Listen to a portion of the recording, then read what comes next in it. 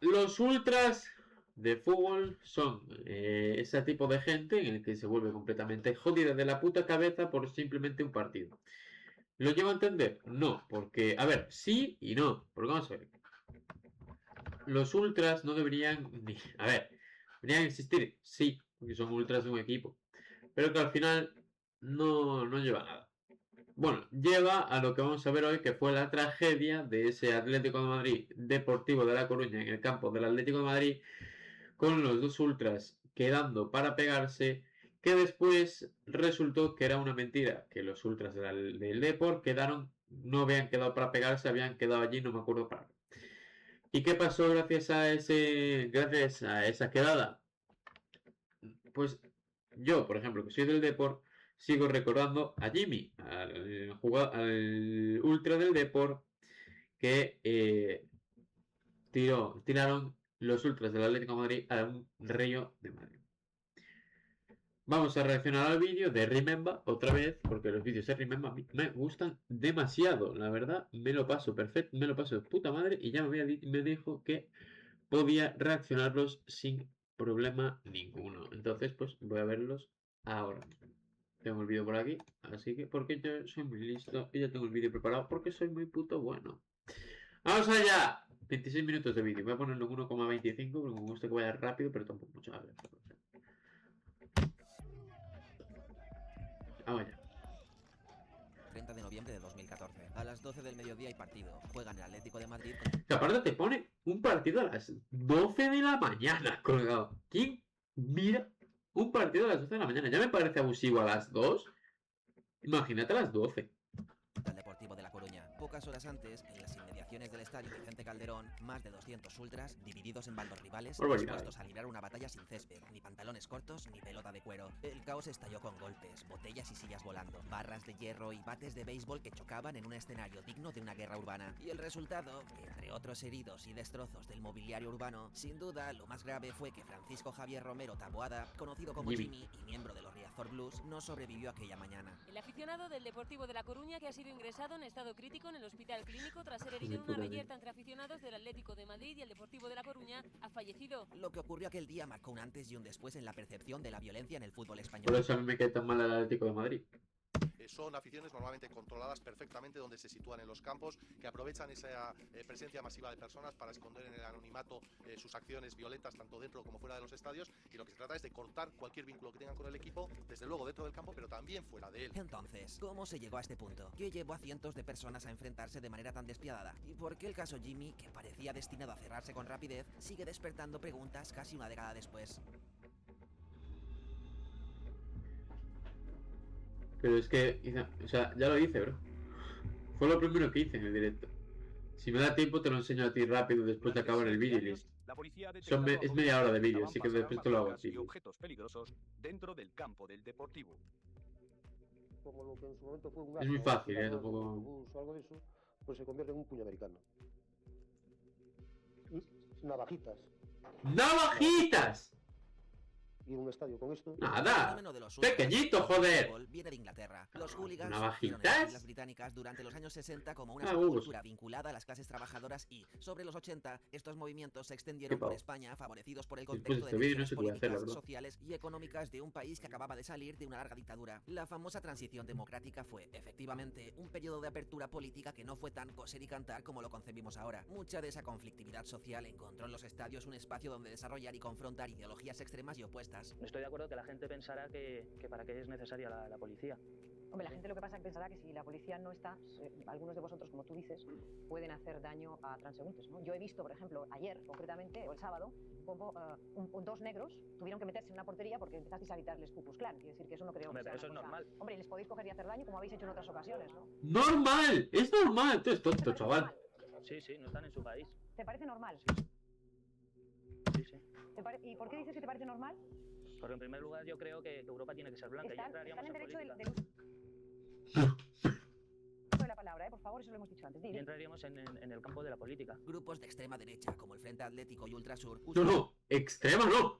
Extremísima. ¿A dónde va a decir que Europa tiene que ser blanca?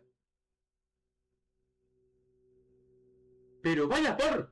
el fútbol para promover el nacionalismo español y su rechazo a las autonomías. En contraste, colectivos como los Riazor Blues, Herri Norte Taldea e Indar Gorri adoptaron posturas independentistas y antifascistas. Y esto, al igual que ocurría en Inglaterra, trascendía a los cánticos y las pancartas. Más allá de las ideologías, estas organizaciones suelen convertirse en auténticas segundas familias para sus miembros. De hecho, tanto las de un bando como las de otro comparten, en muchos casos, un marcado componente social. Gente joven, muy joven, se está notando mucho que acude gente muy joven, cada vez más joven, causa problemas. Algunos delincuentes que se mezclan con ellos y aprovechan ese anonimato para escandalizar. Además de esto, el fútbol experimentó un notable auge en popularidad durante los años 80, impulsado en gran medida por la profesionalización de la Liga Española, la llegada de los patrocinadores y el creciente protagonismo de la televisión. Paralelamente, España atravesaba una profunda crisis económica, marcada por un alto desempleo juvenil. El escenario era, por tanto, el caldo de cultivo perfecto. Para que os hagáis una idea, excepto los Viris, ultras del Sevilla, que se fundaron en 1975, y los Bucaneros del Rayo Vallecano en 1992, el resto, Boixos, Celtarras, Ultrasur, Yomus, Frente Atlético y demás, se fundaron entre 1980 y 1987. Para muchos jóvenes, unirse a los ultras no solo era una forma de ayudar a su equipo, sino también un espacio de pertenencia y una salida a su frustración. La falta de regulación en los recintos deportivos facilitaba su crecimiento. Los ultras ocupaban áreas específicas, como los fondos norte o sur, y recibían apoyo indirecto de los clubes, que les proporcionaban entradas gratuitas, subvenciones para desplazamientos y privilegios que los convertían en herramientas útiles para animar a los equipos y crear una atmósfera intimidante. Algunos de estos grupos son financiados desde la sombra por los propios clubes. Algunos presidentes subvencionan a los radicales a cambio de apoyo personal y aliento en las gradas. Sí, obviamente el dominio físico y simbólico en los estadios también era importante. Con estos ingredientes, lógicamente, los actos violentos se volvieron cada vez más frecuentes y mediáticos. Todos seguro que recordamos alguna noticia, algún enfrentamiento o alguna tragedia de esta escalada, como la muerte de Aitor Zabaleta, hincha de la Real Sociedad, en 1998, precisamente de manos de un miembro de Bastión, grupo ultra vinculado al Frente Atlético. El 8 de diciembre de Creo que esa foto no podía salir, creo que ese logo no podía salir en Twitch. Aitor Zabaleta acudió junto con la Peña Femenina Izar a ver el partido, pero no pudo llegar a entrar al estadio. Un seguidor del grupo Ultra Bastión lo acuchilló en las inmediaciones de Vicente Calderón. A medida que la violencia se intensificaba, los clubes comenzaron a distanciarse de los ultras. Joan Laporta desempeñó un papel clave en esta cruzada, iniciándola en 2003 y manteniéndola firme a pesar de que fue asaltado por miembros de los Boixos Nois a la salida de un partido de la selección de balonmano en 2004. 10 años después, Florentino hizo lo propio con los Ultrasur. Ambos presidentes enfrentaron riesgos para su seguridad personal debido a estas decisiones, pero demostraron que era posible plantar cara incluso a las organizaciones más grandes. Estos movimientos resultaron fundamentales para que cada vez más equipos siguieran su ejemplo. No obstante, ese 30 de noviembre de 2014, que terminó con la muerte de Jimmy, tanto el Frente Atlético como los Riazor Blues seguían en activo. A pesar de que la rivalidad entre ambas aficiones era evidente, ya que además eran de espectros políticos opuestos, las instituciones que evaluaron el partido decidieron no declararlo de alto riesgo, alegando la ausencia de incidentes recientes. No existían antecedentes de enfrentamiento entre las aficiones de los dos clubes que ayer celebraban el partido de fútbol. En los últimos 6 años no existían antecedentes policiales. Esta decisión resulta crucial, ya que implicó un despliegue policial limitado y una falta de medidas preventivas para evitar el altercado. Sin embargo, había señales de que algo podía ocurrir. En los días previos, ultras de ambos bandos se reunieron a través de servicios de mensajería, foros y redes sociales para organizar el enfrentamiento. Los alrededores del estadio Vicente Calderón, junto al río Manzanares, fueron el escenario elegido, pero a pesar de estas señales, se mantuvo el dispositivo de seguridad de cualquier partido normal y no se tomaron medidas adicionales. Yo el grabando. Claro. ¿Qué hace la policía? ¿Para que se baja la policía? ¿Se ha caído uno? Jimmy, era el que se cayó ahí. La pelea estalló sobre las 8 de la mañana. Recordemos que el partido era a las 12. Por Unos chaval. 200 ultras, mayoritariamente vestidos de negro para complicar la identificación, se enfrentaron en una batalla campal utilizando los mástiles de sus banderas, botellas y hasta defensas extensibles. Carreras, insultos, bengalas, sillas de terrazas volando, cortes, contusiones. Y como magnífica culminación de la batalla, miembros del Frente Atlético llevaron la violencia un paso más allá, lanzando a varios aficionados del Deportivo al río Manzanares. Un acto que buscaba no solo causar daño físico, sino también humillar al máximo a sus rivales. Uno de esos que fueron lanzados al río fue Jimmy. A sus 41 años, Jimmy viajó siguiendo a su equipo como lo había hecho otras tantas veces, acompañando a los Riazor Blues, el grupo ultra al que pertenecía. Pero esa vez no regresó a Coruña junto a sus compañeros. La noticia explotó como la pólvora, y no era de extrañar. 200 ultras transformaron unas tranquilas calles en un escenario casi bélico. Aficionados arrojados al río, uno de ellos muertos, y, para colmo, todo quedó registrado en imágenes. ¿Se ha caído uno? Ese impacto mediático y social tan abrupto hizo que las investigaciones del caso se acelerasen lo máximo posible. Y sí, fue tan rápida como controvertida, generando un aluvión de dudas y críticas que, incluso años después, siguen siguen ensombreciendo el proceso. Prisión incondicional y sin fianza para los 3 presuntos autores de la muerte del hincha del Deportivo de La Coruña y miembro de los Riazor Blues, Francisco Javier Romero, alias Jimmy, durante la pelea del pasado 30 de noviembre en las inmediaciones del estadio Vicente Calderón. Apenas un mes después del asesinato de Jimmy, la policía anunció avances en la investigación tras detener a 41 ultras del Frente Atlético y 18 integrantes de los Riazor Blues. En base a las grabaciones disponibles y buscando el momento de los lanzamientos al Manzanares, señalaron a 4 adultos, todos miembros del Frente Atlético, como los principales responsables del homicidio. Estos individuos fueron puestos en prisión preventiva bajo la acusación de asesinato. A pesar de ello, a medida que avanzaba la investigación, la solidez de estas acusaciones se fueron debilitando debido a diversas inconsistencias y errores. Otro detalle que generó polémica desde el inicio fue la elección para liderar la investigación del Grupo 30 de la Brigada Provincial de Información, el BPI, en lugar del Grupo de Homicidios, que es especializado en casos de asesinatos. La razón detrás de esta decisión radicó en que el enfrentamiento no fue considerado un caso de homicidio aislado, sino un acto relacionado con la violencia organizada entre ultras. Por ello, el Grupo 30, especializado en vigilancia y gestión de fenómenos de orden público, terrorismo y violencia organizada, se consideraba la unidad más idónea para enfrentar un conflicto de esta naturaleza, dado su enfoque específico en la lucha contra los grupos ultras. De todas formas, esta elección también tuvo sus desventajas. Realmente, ese Grupo 30 tenía una sólida experiencia en infiltración y seguimiento de grupos organizados, aunque no poseía la misma especialización en reconstrucción de crímenes, recopilación de pruebas y análisis en colaboración con la policía científica que ¿Cómo caracteriza funciona la cualquier policía? homicidios. Esta carencia se hizo evidente en varios momentos críticos del caso. Quedan en libertad los 4 detenidos que ingresaron en prisión tras la reyerta que costó la vida al seguidor del Deportivo de La Coruña, Francisco Javier Romero, alias Jimmy.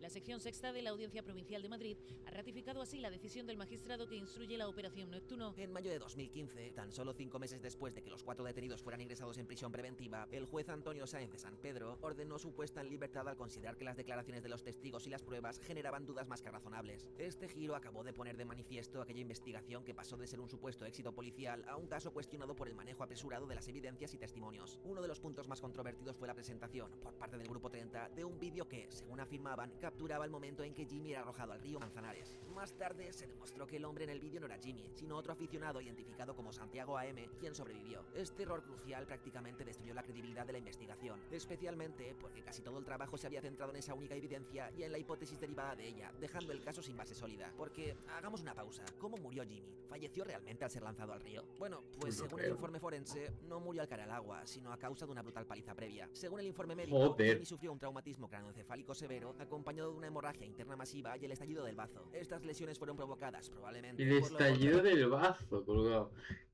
De cojones,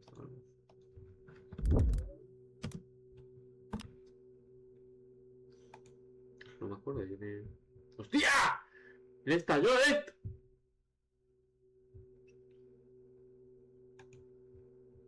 Le estalló esta zona de aquí. Tío, ¿verdad? Le estalló eso, pequeñito.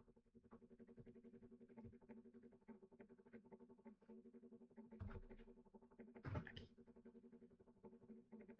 Hostia, qué barbaridad.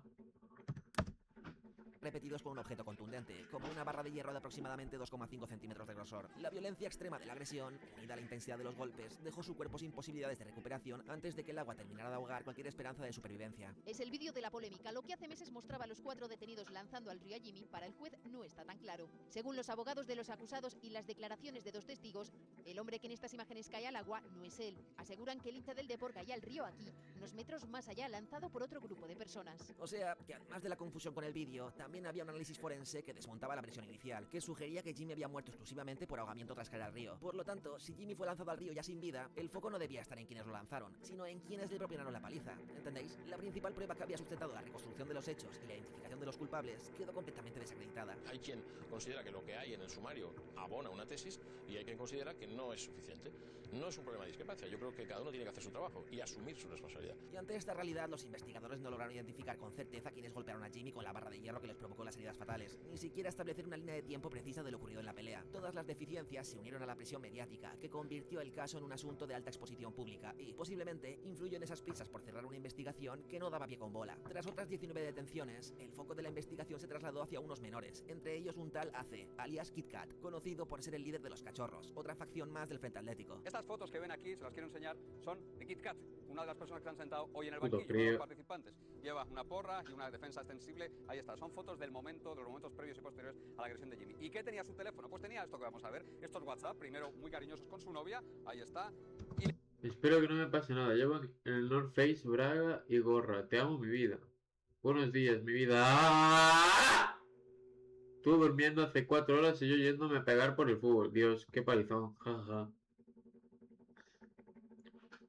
Le dice a su novia antes de la noche anterior a esa pelea: espero que no me pase nada, llevo el North Face, el abrigo que lleva, la braga y gorra, te amo mi vida. Buenos días, estoy durmiendo hace 4 horas y yo yéndome a pegar por el fútbol. Insisto, 5:25 de la mañana, se estaba preparando para lo que iba a ser esa gran pelea, ese gran combate a la ribera del Manzanares.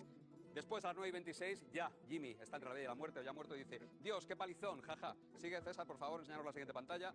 Los hemos reventado. Los hemos reventado, guau. Sin porra me he quedado. Le he pegado un palizón a uno. Le he pegado un palizón a uno, está pavoneando, se está presumiendo de lo que ha Sí, hecho. sí, no. Se está riendo de que ha matado a una persona. Iba a soltar una barbaridad por la boca el chaval. Pero fue hace mucho.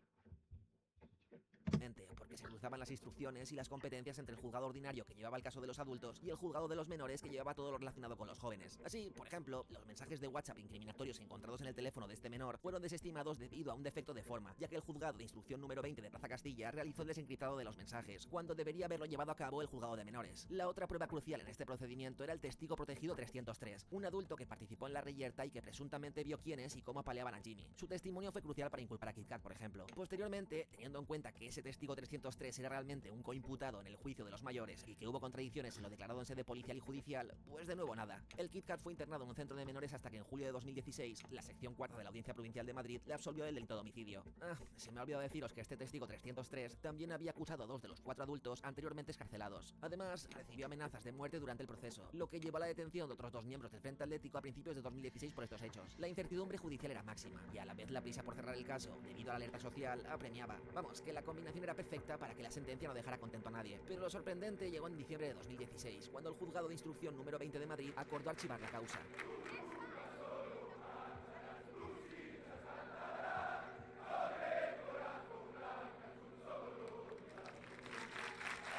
No se logró identificar a los culpables ni a través del vídeo ni mediante los testimonios, y no hubo condenas firmes. Así terminó todo. Aunque la Fiscalía, la Liga y el otro hincha del Depor, arrojado al río, presentaron recursos, en marzo de 2017 el juez lo desestimó y confirmó el archivo de la causa. La sensación que quedaba era que el cierre apresurado del caso dejaba la sensación de que la justicia no había actuado con el rigor necesario. Fue como un falso desenlace que, lejos de dar cierre a la tragedia, contribuyó a la percepción de impunidad de los ultras y a la frustración de la familia de Jimmy como de una parte de la sociedad española. Hay otro aspecto del que aún no hemos hablado, algo sobre lo que, durante el desarrollo del caso, no se escatimaron opiniones. ¿Quién era realmente Jimmy? Francisco Javier Romero Taboada, conocido como Jimmy, era más que un aficionado al fútbol y miembro de los Riazor Blues. Fuera de ese entorno, era padre de un niño pequeño al que criaba junto a su pareja, desempeñando un papel fundamental en su vida familiar. Este aspecto personal, marcado por su rol de padre y compañero, contrastaba en cierta medida con su implicación en el ámbito ultra. No obstante, su historia iba más allá de su relación con el grupo ultra coruñés, ya que también contaba con antecedentes policiales por incidentes violentos, incluso algunos de carácter doméstico. En medio de la lucha informativa sobre su figura, salieron a la luz detalles controvertidos que complicaron aún más la percepción pública sobre él. Este historial, esparcido públicamente, fue utilizado tras su muerte por algunos sectores para minimizar su condición de víctima o incluso para justificar, en cierta medida, lo sucedido aquel fatídico día. Por otro lado, tras su fallecimiento, la comunidad de La Coruña reaccionó con una ola de solidaridad. Se creó la Fundación Jimmy con Nos, una iniciativa destinada a recaudar fondos para garantizar el futuro de su hijo y ofrecer apoyo a su familia. Un gesto que se convirtió en una respuesta colectiva a los que más sufrieron el dolor que dejó su pérdida. Desde el inicio, los medios de comunicación jugaron un papel crucial en cómo se percibió el incidente, las investigaciones y las figuras implicadas. Y como casi siempre, en lugar de ofrecer un análisis objetivo, muchos medios de comunicación fomentaron la polarización de la opinión pública por un lado, mientras simplificaban en exceso un caso profundamente complejo por otro. Tras la muerte de Jimmy, el fútbol español tuvo que enfrentarse a una realidad ineludible. La violencia en los estadios ya no podía seguir tratándose como una cuestión marginal. La brutalidad de aquel enfrentamiento, culminado en un homicidio, generó una ola de indignación que obligó a las instituciones, clubes y fuerzas de seguridad a reaccionar de forma más contundente. El incidente llevó a una revisión de las medidas existentes contra la violencia en el deporte, que hasta entonces habían sido parciales y, en muchos casos, ineficaces. Se prohibió de forma explícita la entrada de pancartas, banderas o cualquier símbolo que representara grupos ultras con ideologías extremistas o históricos de violencia. Los estadios comenzaron a implementar controles más rigurosos, con sistemas de videovigilancia y registros a los asistentes para identificar y excluir a aquellos con antecedentes de comportamientos violentos. Además, se amplió el criterio para clasificar partidos como de alto riesgo, asegurando un despliegue policial adecuado en encuentros con potencial de conflicto. El Atlético de Madrid, cuya imagen quedó profundamente dañada tras la De hecho,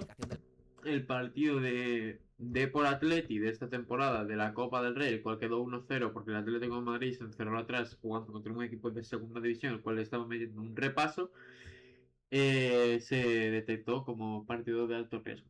Frente Atlético en el asesinato fue uno de los clubes que tomó medidas más visibles. El club rompió cualquier vínculo con su grupo ultra, una relación que había sido tácita durante décadas. Se prohibió, como los demás estadios, la presencia de pancartas y banderas del Frente Atlético, y se retiraron los privilegios que este colectivo había disfrutado, como entradas gratuitas y facilidades para desplazamientos. Y aunque las medidas parecían firmes sobre el papel, la práctica demostró que los ultras no desaparecieron, simplemente se replegaron hacia espacios menos visibles. ¿Qué tal, Coque? Buenas noches, Luis Núñez del periódico El Mundo.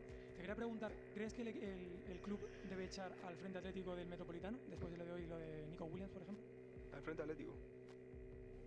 El club tendrá que hacer lo que deba de hacer con sus aficionados. Yo no soy quien para decir si tiene que echar a alguien o no de un estadio de fútbol. Desde mediados de 2017, el caso Jimmy ha sido un constante ir y venir, reabriéndose y cerrándose repetidamente, impulsado por la presión de la familia y de los colectivos vinculados a la afición del Deportivo. Cada episodio ha seguido un patrón similar: mucho revuelo, escasos avances y una creciente indignación tras cada cierre en falso. En 2023, el caso dio el enésimo giro inesperado. Una mujer, quien afirmó haber sido víctima de maltrato por parte de uno de los sospechosos originales, uno de los 4 adultos que metieron en prisión preventiva, declaró ante las autoridades que este hombre le había confesado su participación directa en la paliza que causó la muerte de Jimmy. Según su testimonio, el sospechoso no solo admitió su implicación, sino que proporcionó detalles precisos del ataque que coincidían con las lesiones documentadas en el informe forense. Esta declaración reavivó el interés en el caso y abrió una línea de investigación que parecía especialmente prometedora. La declaración de la mujer fue presentada formalmente ante las autoridades, lo que llevó a la familia de Jimmy y a diversos colectivos a solicitar nuevamente la reapertura del caso. Finalmente, en 2023, la Audiencia Provincial de Madrid ordenó la reapertura de la causa, considerando que existían indicios suficientes para investigar nuevamente a los presuntos implicados. Una nueva oportunidad para quizás poner fin a casi una década de incertidumbre y frustración en torno a la muerte de Jimmy. Aunque este nuevo testimonio también planteaba dudas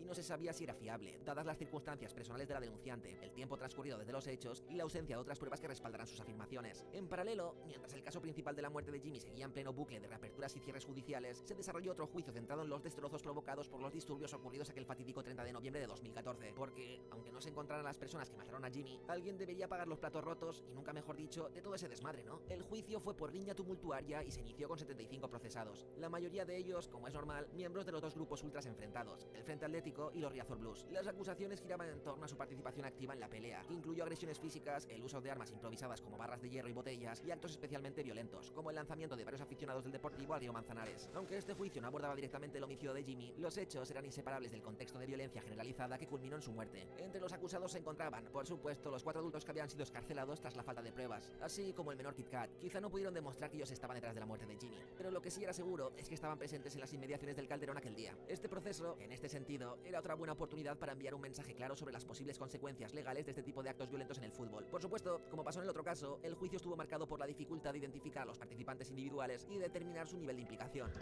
O sea, después de ver una conversación de WhatsApp con una chavala diciendo, no, he reventado a uno, y literalmente por la autopsia o lo que fuera revelaron que Jimmy murió antes de que lo tiraran al río, y tú dices que no es culpable, bro.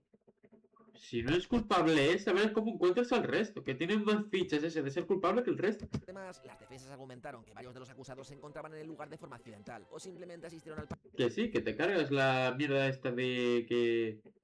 Da igual.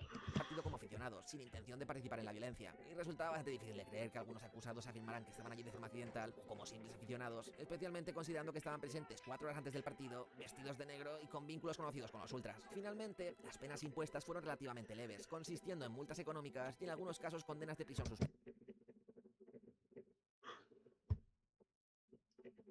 suspendidas.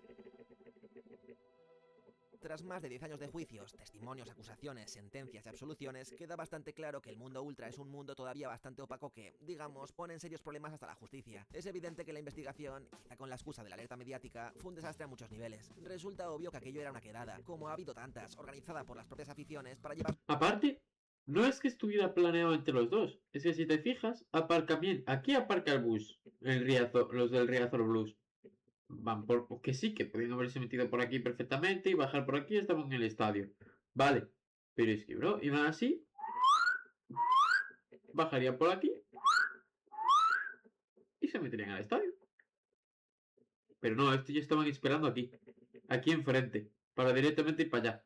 Su enemistad al lado más físico. Eso era algo concreto que se podría haber investigado, o cosas como quién organizó la quedada, cosas que, por lo que sea, nunca estuvieron en el centro de ninguna instrucción. Unidos puntos. Una unidad de policía que no es experta en homicidios al mando de la investigación. Juzgados que no se coordinan. Acusaciones cruzadas que probablemente utilizaron los juicios para ajustes de cuentas o venganzas internas en la organización. He hablado con algunas personas cercanas a este mundo y me han dicho que lo deje aquí. Que ya vosotros, si os interesa de verdad el tema, os hagáis más preguntas e investiguéis más el caso o el mundillo. Hay muchos documentales y muchas películas, os animo. Lo que es innegable es que el caso Jimmy marcó un punto de inflexión en la lucha contra la violencia en el fútbol. Al menos de cara a la opinión pública, la presencia e influencia de los ultras en los estadios... ¿Qué es esto? Otra cosa.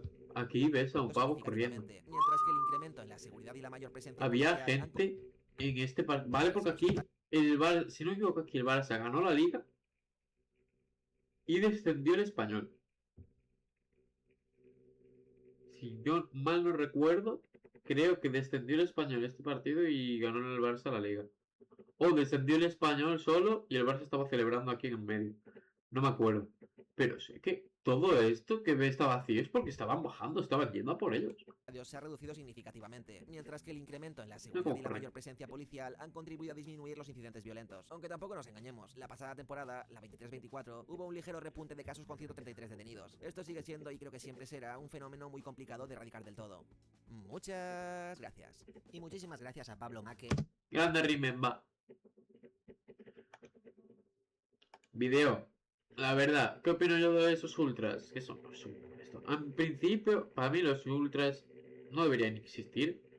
Porque, a ver, te cargas el fútbol. Eso es lo primero, porque empiezas a darte de te cargas el fútbol. Te puedes llegar a cargar algo del equipo. Porque como hagas algo tochísimo y se entere el equipo, tú te vas fuera del equipo, no vuelves a entrar.